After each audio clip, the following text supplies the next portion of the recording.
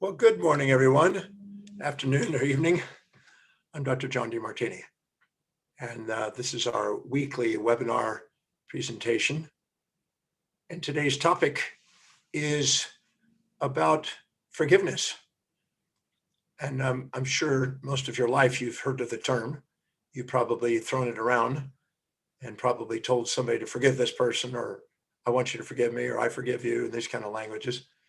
But I'd like to elaborate on some things that I observed over the many years that might be eye-opening about the illusion to forgiveness. I was speaking in Tennessee at a particular church, and the minister, before I began to speak, did a sermon on the importance of forgiveness. And I came back and did a 2-hour presentation that night at the church on the illusion of forgiveness, which made the minister stand up and listen. And the minister actually attended the program I was doing that weekend there and broke through that. And as a result of it, at the particular church headquarters where they do the training for the ministers, they decided to take some of the ideas that I'm about to share with you and incorporate into their teaching. So here we go. Let's go down and explore some things. I'd like you to write this down, that when you are wanting to forgive somebody, you're making some presumptions and assumptions. One, that they're doing an act, some specific action that you assume you don't do. So there's sort of a self-righteous projection onto them that what they're doing, you don't do. And that you have some sort of superiority of the idea that they did this and they need to, you need to forgive them. They need to apologize or something for that. And that's based on a kind of an artificial morality, a moral hypocrisy that what they did somehow is got drawbacks without benefits, which is not true. And that what they did that they've done, but you haven't done.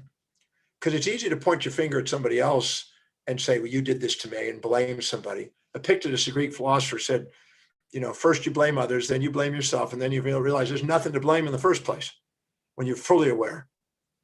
But what happens, you have this event, you think it is terrible, they did this to you in your mind, you now self-righteously assume that what they've done, you haven't done. Now, what I've done, I've been teaching the Breakthrough Experience, my signature program, for many years, 32 years plus. And I've yet to find a behavior that we judge in other people that we haven't done. And at first, you may not believe that, but it doesn't matter. I've taken 100,000 people through this process and proven this is the case. And I've got many facilitators that's taken millions of people through this and found this to be true. So you only judge things in other people that represent a part of you that you're internally judging. If you resent something on the outside, it's reminding you of something you feel ashamed of on the inside. If you admire something on the outside, it's reminding you of something you're proud of. And when you're shamed or proud, you're not being yourself. So the first question you want to ask if somebody does something to you that you want to say, oh, I forgive you for it, is go to a moment where and when you perceive yourself displaying or demonstrating the specific trait, action, or inaction that they've displayed that you despise, disliked, and go find out where you've done it and identify where you did it, when you did it, who'd you do it to, and who perceived you doing it. And that's called reflective awareness. Because once you own and see where you've done your behavior, and first you're going to swear you've never done it, but I'm absolutely certain, I've been doing this a long time, you have. You only react to things that remind you of something about yourself. And so if you go and look, you'll find that you have the trait. I remember going to an Oxford dictionary and went through 4,628 traits, and I found every human behavioral trait in the dictionary that I could find. And I found I had done them all. I've done every one of them: nice, mean, kind, cruel, pleasant, unpleasant, peaceful, warful, positive, negative, honest, dishonest. I had done every one of those in my life. So it's not a matter of if you've done it, it's a matter of just going and identifying where you've done it, when you've done it, who you've done it to, and who perceives you doing it. And if you will stack up the memories of the moments where you have done this until it's quantitatively and qualitatively equal to what they've done, you'll find yourself going, well, who am I to judge them? Why do I need to say I forgive you when I'm doing the same thing? It's sort of a moral hypocrisy. It's going around saying, well, it's almost like a denial of yourself and an exaggeration of projection onto them. So I don't find that productive, because I find that whatever you swear that you say, I forgive you for it, you keep attracting, because it's your button still. You're still got a button on that behavior because it's still something you're festering inside, a judgment on yourself. And so I'm not interested in going around saying, I forgive you, and then having it come back again, and I forgive you, and having it come back again, and draw into your life things that are trying to teach you how to love the parts of you that you haven't been loving. So I don't find that productive. It's sort of superficial. It's like telling your kid after you beat up on your brother, the two brothers, now say you're sorry, or say you forgive you. And it's just a cliche. So I don't, the only time I use the word forgiveness is thank you for giving me this experience. That's it. So what I found is by going in and owning a trait, that softens the need for it. And then I go this way. I go one step further. I say, go to the moment where and when I perceive them doing the behavior that I think I needed to forgive, and go find out when they did it at that moment. And from that moment till now, how did it serve you? Because sometimes we're blind to the benefits and upsides of behaviors, and we think something is terrible. And then a day, a week, a month, a year, 5 years later, we look back and go, wow, thank you, that occurred. And I didn't see it at the time. And therefore I judged that individual only because I didn't see how it served me and didn't see my role in why that happened and the blessings that it offered. So instead of jumping to the conclusion with a narrow-mindedness and a highly moral hypocrisy that it's a bad thing because somebody told you it's bad, and automatically because it challenged you and may have humbled you from your pride, why don't you go in there and find out how it serves you so you're no longer reacting to it? When you see that it serves you, there's no button on it, and you're liberated. It also helps you look back at yourself and find out maybe when you've done it, how it might have served too, to clear the shame and guilt over it and to clear the resentment over it. When you're done, you may not even have a need to say, I forgive you. You may be able to say, thank you. I'd much rather say thank you than I forgive you. I'd rather find the hidden order in it and assume that there's a message to it, to me, than it is to just assume that it's not, and I'm an innocent victim and they're the perpetrator. I don't find that model productive. It's a blame model doesn't accomplish anything. Now you could even go one step further. Go to the moment when they did display this trait. If they had displayed the opposite trait, the way you wish they had done at that moment, what would have been the drawback? And if you crack the fantasy about how they're supposed to have been so you can appreciate what actually they did, you might find out that you're holding on to a fantasy, and that's the reason you're judged in the first place. It has nothing to do with their action. It has something to do with your fantasy about how they're supposed to be. Because if we're addicted to praise, we get hurt by criticism. We get addicted to support. We get challenged, we get hurt by it. And then we are angry about it.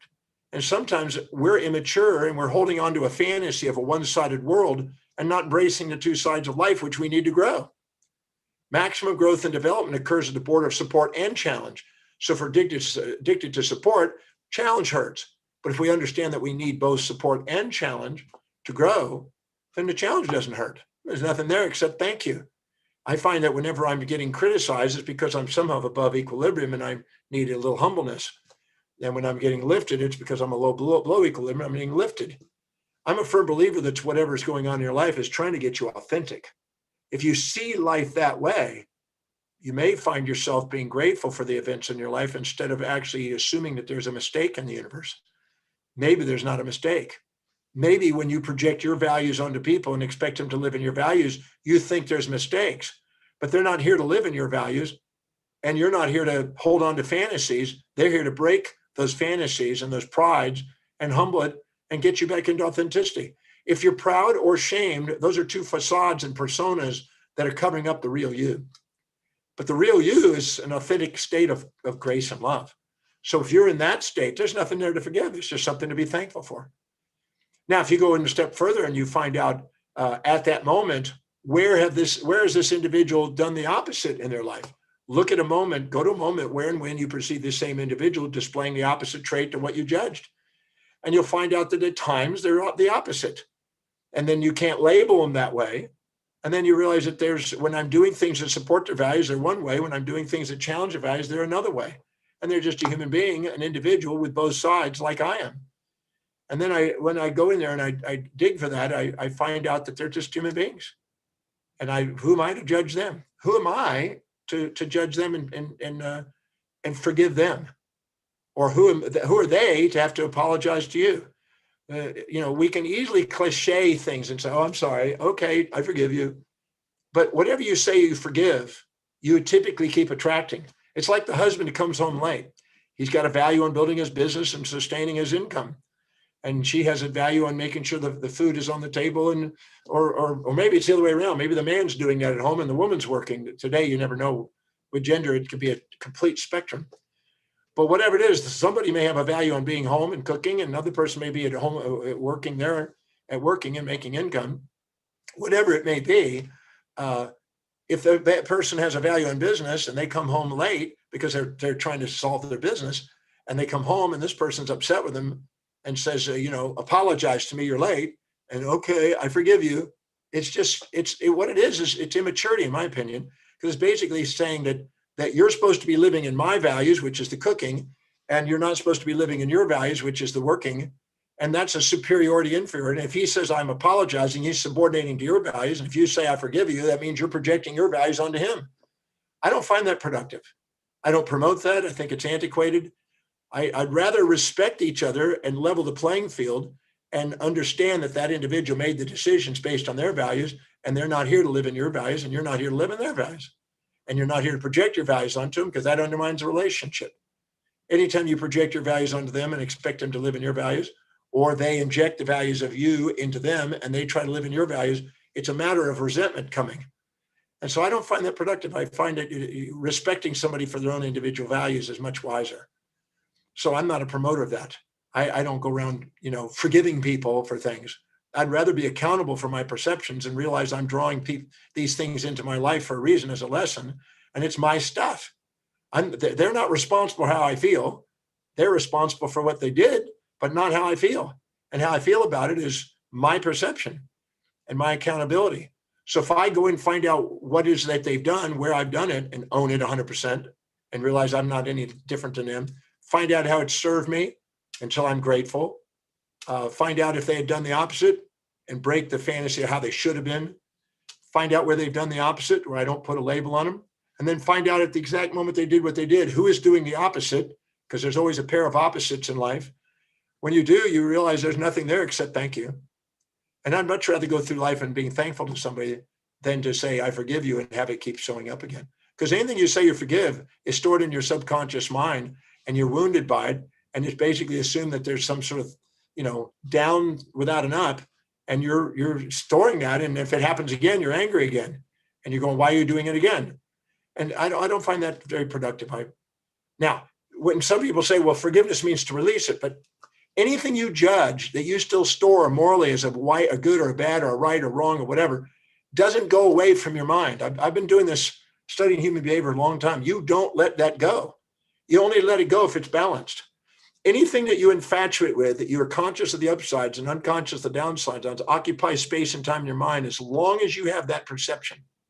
And it will stay in your mind for days, weeks, months, years, decades. I've seen people upset or pleased with a fantasy for decades. And anything you resent, that you're conscious of the downsides and unconscious of the upsides, that you see all the negatives on, you're going to store that in your psyche too. That's going to be stored in your space and time in your mind and run you. And therefore, you're going to be frightened about it. You create an instinct away from things that you see downsides more, and you have an impulse towards, and you're like an automaton reacting, avoiding and seeking, and you're basically reacting.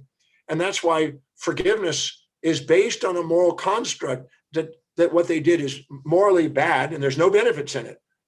And if you're saying apologize, that means you did something you think has got no upsides, and they've never done it. And I just find that that's not complete awareness.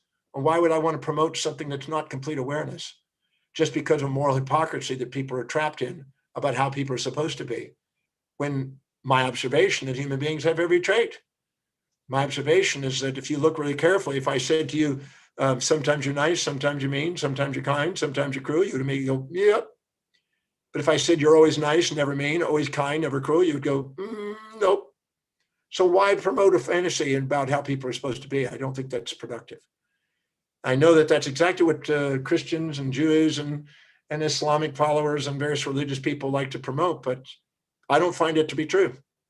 So I'm just going to be able to share that right now. So I've been doing the breakthrough experience for 32 years plus, and I've had people come into the programs with a lot of resentment about certain things in their life, and when they come in, they're so raged and upset sometimes it's like crazy, and then when they go out, they realize there's nothing there except thank you. And all I did is ask them a series of questions. The quality of your life is based on the quality of the questions you ask. If you ask some amazing questions to equilibrate the mind, you liberate your mind from a lot of emotional baggage. So I don't find it productive to say I forgive you or I'm sorry, because I found out that whenever I do, I just keep repeating it. I keep doing the things I'm sorry about, and I keep attracting the things that I forgive. And I find that that's just a frustration to try to do it. So let's reiterate again. Just take a look at it. Whatever you see in other people that you think they did that has more drawbacks than benefits, you can sit there and say, I forgive you, and hope they don't do it again and live in fear and anxiousness about them doing it, and then be an automaton reacting to whatever goes around you, and then facing that situation again and say, I forgive you again if they do it again. Or you can actually go and own the trait 100% and humble yourself, and then go find out how it served you until you're grateful, and then go find out how, if they'd been the opposite, what would the drawback, to crack the fantasy about how life's supposed to be. Because most of the problems that we face in life are the comparison of our current reality to a fantasy we're addicted to. We're addicted to the idea that everybody's supposed to be nice, not mean, kind, not cruel. Well, I remember my grandmother's just saying, now be nice, don't be mean, be kind, don't be cruel, be positive, don't be negative, be generous, don't be stingy, right? Be peaceful, don't be wrathful. And then 5 seconds later, she'd go and yell and scream and bitch and demand from grandpa. And we were like going, wait a minute now, we're told one thing and it's hypocrisy. I have no interest in immoral hypocrisies. I find that people who are most adamant about it are usually the people that live in a complete hypocrisy. So I'm not going to promote that. I don't find that productive. I'd rather go and be accountable. That way the world doesn't run you, and you're not waiting to make the world fit into the way it should be. You're able to embrace the world as it is. The magnificence of the way it is far greater than any fantasies you'll impose on the world. And living by how it's supposed to be and should be, to me, is not as powerful as honoring the way it is. And when you can honor it the way it is, it's a lot more liberating. And so I basically tell people, I said, listen, go to the point and find out where and when you've done it. Again, go to a moment where and when you perceive yourself displaying or demonstrating a specific trait in action. Where are you? When are you? Who are you doing it to? And who sees it? Then go to a moment when they've displayed it, the behavior that you dislike, and find out at that moment, from that moment till now, how did it benefit you? How did it help you fulfill your highest values? Because see, you can be victims of history or master of destiny. If you take whatever's happened in your life and you ask yourself, how is it serving you? It's now on the way, not in the way. And then there's nothing there except thank you. Why would I want to go and run around forgiveness and then want to avoid this person, then be frightened of them doing it again, and then having a false expectation and expect them to supposed to live in my little values, my little safety box, and instead of it being resilient and adaptable and take whatever happens to me and turn it into opportunity. And then I want to ask this question: what am I doing that's initiating that reaction from them? That's a real good one. I remember this one woman came to me. She says, I can't get my daughter to stop lying to me. And I said, really? I said, well, maybe there's some reason why she's lying to you. Because is she lying to your husband? No, she goes and tells him the truth, but she won't tell me the truth. I said, that's because of your reaction, probably. People do things based on what they think will give them the greatest advantage or disadvantage. So if they think to telling you the truth, you can't handle it, and there's going to be some really challenging circumstances if they tell you the truth, they're not going to tell you the truth. And you're training them not to be truthful because of your emotional reactions. So going through and going, say you're sorry that you lied to me or whatever, and get all caught in that moral game instead of getting awareness of why you're triggering that in your child. much wiser to, if you have a reasonable response to what they do when they're doing a behavior, they're more likely to be open about it and tell you this is what they did. But if they think the consequences are going to be dire, they're probably not going to open up. They're going to want to lie to you, because the odds of them lying to you is about a 50-50 chance you might not catch it. So it's to their advantage to try to do it, and you're training them into lying.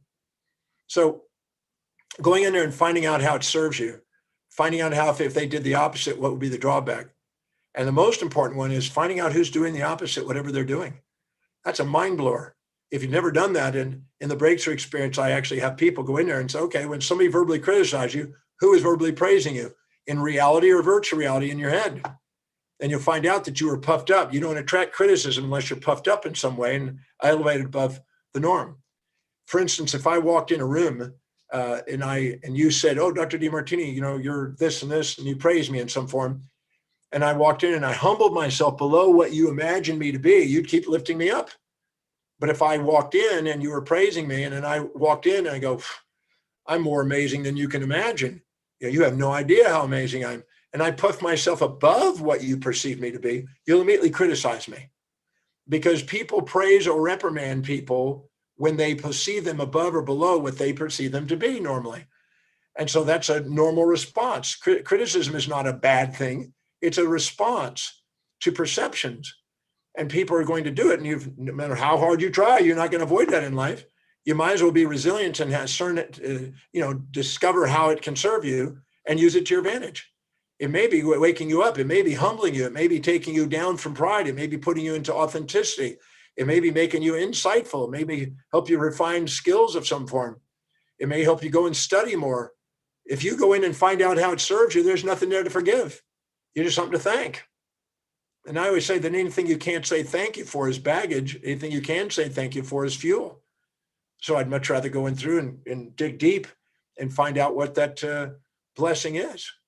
So if you go in there and you do that, you'll find out that there's thank you. In the breakthrough experience, like I say, we have people from all different walks of life, all different ages, that have some sort of a major infatuation with somebody or major resentment with somebody. And we show them how to neutralize that so it's not running their life. Because fantasies of people you infatuate with, you can minimize yourself to and lose your identity and lose your authenticity. Or people you resent, and you go into pride and put on a persona and live in anxiety about them being around, and go around and think they need forgiveness and think they need to apologize, and get trapped in all that emotional drama. I have no interest in that drama. If you want to live in drama and you want to live in compassion for people that are suffering and all that other stuff, that's not mastery of life. That's for the masses. That's for people that don't want to be accountable for their life and don't want to master their perceptions. I have no interest in that. If you want to go that route, that's fine. But if you want to master your life, it's about owning accountable perceptions and realize that it has nothing to do out there with what's happening with your life. It has everything to do with how you perceive it. How you perceive, what you decide to do it, and how you act upon it is where you have control over. You only have control over perception, decisions, and actions. And so if you go and balance out your perceptions, you'll have a loving decision and action, and you'll be grateful. And when you do, you don't have a bunch of baggage. Actually, every time you're in a state of gratitude, you store that experience in your superconscious mind, which is more light and more expanded. And every time you judge something and you're in this idea of blame game and shame game or whatever, you store that in your subconscious mind and you weigh yourself down. And those things will keep running your life until you finally liberate yourself by loving them. So why have the wisdom of the ages with the aging process when you can have it without it? Why not go and dig and ask questions? The quality of your life is based on the quality of the questions you ask. And if you ask questions that help you balance your perception, there's nothing there to forgive. There's nothing to say you're sorry about. I remember Jim Paulsky many years ago wrote a book, Love is Not Having to Say You're Sorry kind of thing. At first I was going, oh, that's interesting. But now I understand it fully. When you actually get to a point where you see the whole picture, not just the moral, I always say the moral hypocrisies are incomplete awarenesses of a narrow mind instead of a broad-minded awareness to see the whole. And when you see the whole, there's something to be thankful for. When you don't, there's something to be judging. And remember, when you're infatuated with somebody, you're conscious of the upsides, unconscious of the downside. That's a judgment. When you're resentful to something, you're conscious of the downside, unconscious of the upsides.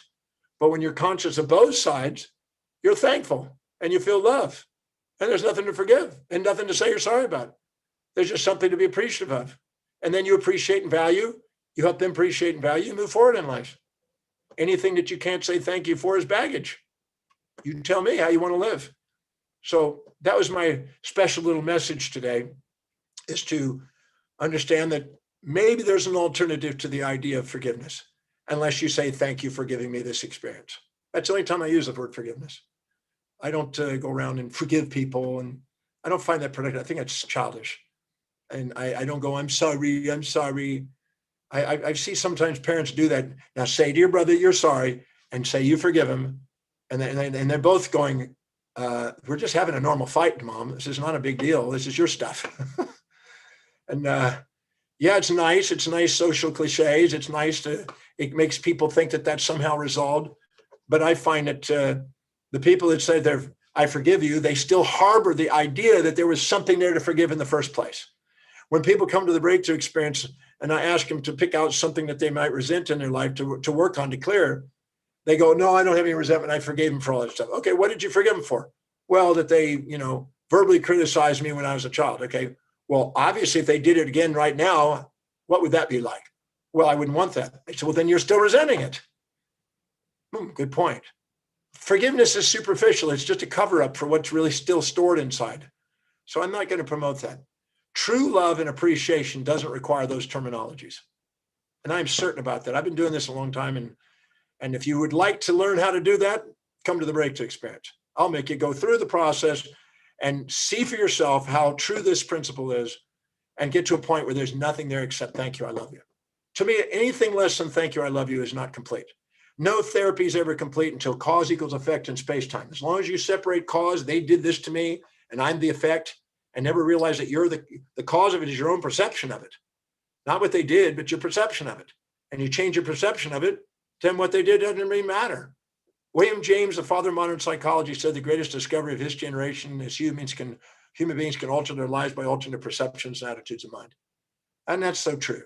So no, I'm not going to promote the idea of forgiveness and apologies and all that stuff. And I know that goes against everything you've probably been taught, but it doesn't matter.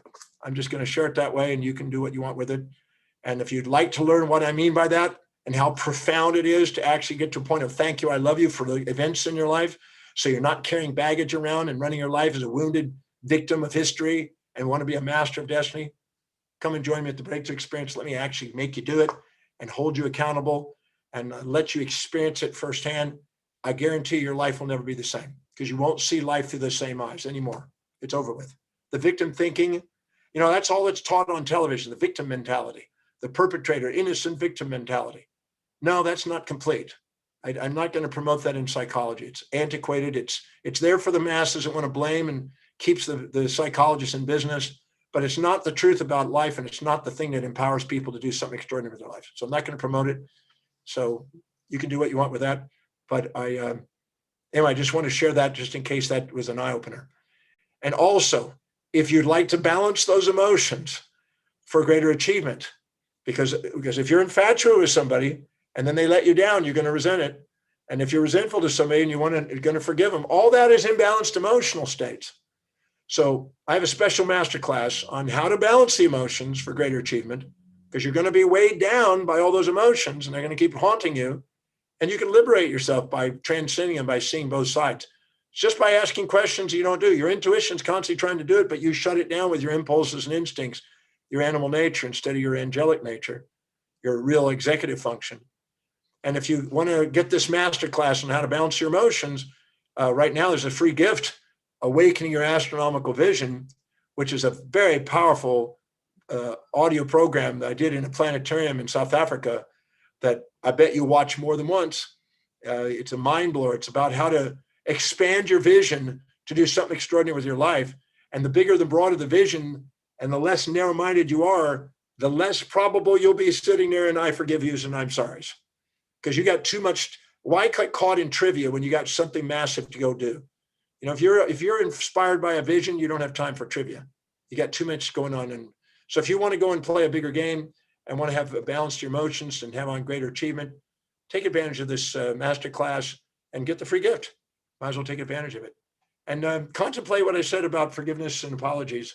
You might surprise yourself, and come to the breaks experience. I promise it'll be a mind blower to all of a sudden finally realize what I just said has got some deep merit, and it'll change your life.